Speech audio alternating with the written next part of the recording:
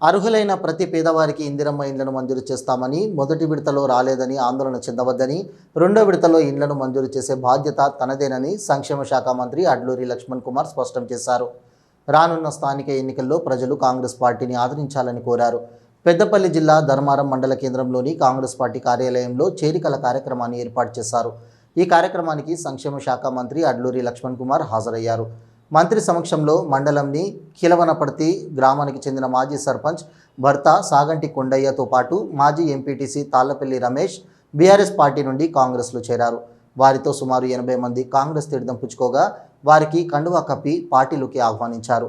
Senior, junior అనే తేడా లేకుండా పార్టీ బలోపేతం కోసం కలిసికట్టుగా పనిచేయాలని వారు సూచించారు.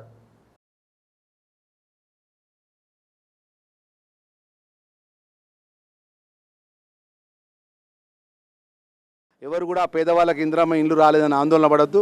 తప్పకుండా రాబోయే రోజుల్లోపట సెకండ్ లిస్టులో అందరికీ ఇందిరమ్మ ఇండ్లు ముగ్గుపోస్తా అని చెప్పి ధర్మారం మండల ప్రజలందరూ కూడా మనవి చేసుకుంటూ, ముఖ్యంగా ధర్మపురి నియోజకవర్గానికి సంబంధించిన అనేక సంక్షేమ కార్యక్రమాలు, పేదవాళ్ళకు సంబంధించినటువంటి ఏదైతే ప్రజలు ఇచ్చిన 6 గ్యారంటీ పథకాలు, 4 గ్యారంటీ పథకాలు అమలు చేస్తున్నటువంటి గౌరవ ముఖ్యమంత్రి గారి నేతృత్వంలో ప్రజలకు దగ్గరగా ఏ రోజు కూడా ఊహించలే పేదవాళ్ళకు సంబంధించిన రేషన్ కార్డు 10 సంవత్సరాల రాజ్యం ఏలిండు. మేము రేషన్ కార్డు ఇయ్యంగా వద్దన్నమా, మేము సన్న బియ్యం ఏం వద్దన్నమా, ప్రభుత్వాన్ని 200 యూనిట్ కరెంట్ మాఫీ చేయంగా వద్దన్నమా. ఈరోజు రైతులకు ఏ రోజు ఇబ్బంది జరగకుండా అన్ని విధాలు ఆదుకునే ఈ ప్రభుత్వం గౌరవ ముఖ్యమంత్రి రేవంత్ రెడ్డి గారి నేతృత్వంలో రాహుల్ గాంధీ ఆలోచన విధానాన్ని మీకు తెలుసు.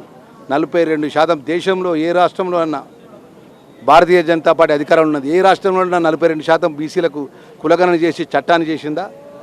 30 సంవత్సరాలకెళ్ళి అన్నదమ్ములా కలిసినటువంటి ఏబిసిడి వర్గీకరణ చట్టబద్ధత చేసి ఇవాళ ఫలాలు అందించే విధంగా చట్టాన్ని చేసి అమలు చేసినటువంటి ముఖ్యమంత్రి వర్యులు పెద్దల రేవంత్ రెడ్డి గారు ప్రజలకు ఇచ్చిన మాట, ఇటు ఎస్సీ కానీ, బీసీలు కానీ, మైనార్టీలు కానీ, అల్పసంఖ్యాలకు సంబంధించిన ప్రజల పక్షాన అఖిల భారత కాంగ్రెస్ పార్టీ నాయకుడు రాహుల్ గాంధీ గారి మల్లికార్జున ఆలోచన విధానాన్ని అమలు చేస్తున్నట్టు మా ముఖ్యమంత్రి వర్యులకు తెలంగాణ ప్రజలు అండగా ఉండే విధంగా, నా ధర్మపురి ప్రజలకు మీ శాసనసభ్యుడిగా, మీ అన్నగా మీ కష్టాల్లో పాల్పంచుకునే విధంగా ఎవరికి ఏ ఇబ్బంది అయినా కూడా మీకు అన్ని విధాలా అందుబాటులో ఉండే మీ నాయకుడిగా రేపు రాబోయే రోజుల్లో మీరు మమ్మల్ని ఆశీర్వదించాలని మనస్ఫూర్తిగా కోరుకుంటున్నాం.